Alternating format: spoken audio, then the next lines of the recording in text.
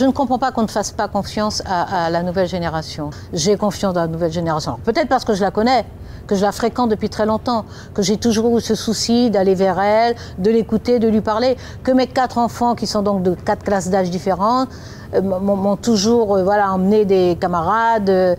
Donc voilà, j'ai toujours été en contact. J'ai vu grandir cette jeunesse. Donc je perçois le potentiel qu'elle porte en elle, je perçois toutes ses capacités qui sont encore à éclore, et je perçois aussi la nécessité de lui dire 2 choses essentielles.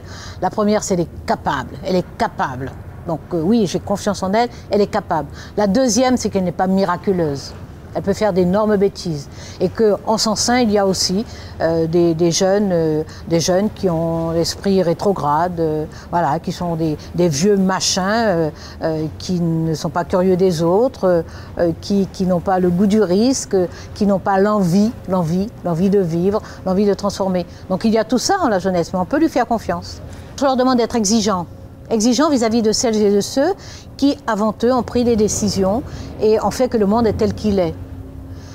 Exigeants vis-à-vis de ceux qui ont fait que le monde est beau, mais aussi de ceux qui ont fait que le monde est violent, que le monde est injuste, que le monde est insupportable pour certains.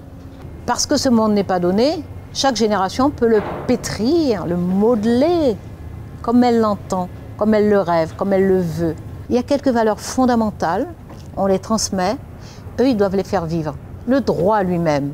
Le droit est la matière la plus vivante que je connaisse. Même si on a l'impression que les règles et les lois sont figées, non. Le droit est la matière la plus vivante que je connaisse, pour la simple raison que le droit, c'est l'ensemble de nos règles de vie communes. Exigeant vis-à-vis donc des autres et exigeant vis-à-vis d'eux-mêmes. Ne pas se contenter de juger, ne pas se contenter de consommer, de recevoir, d'hériter.